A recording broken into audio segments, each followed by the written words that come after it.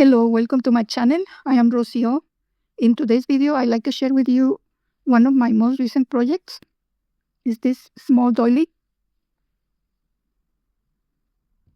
It's perfect for leftover threads. The center has popcorns, more popcorns. The edging.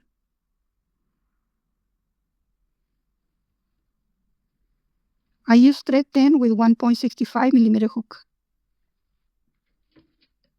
It measures about 9 to 9.25 inch. The name of the pattern is Blooming Azalea. I found the pattern on the magazine Crochet World, June 2021. Also, I'm planning on making the tutorial next week. So that's it for today. Thank you for watching and see you in my next video.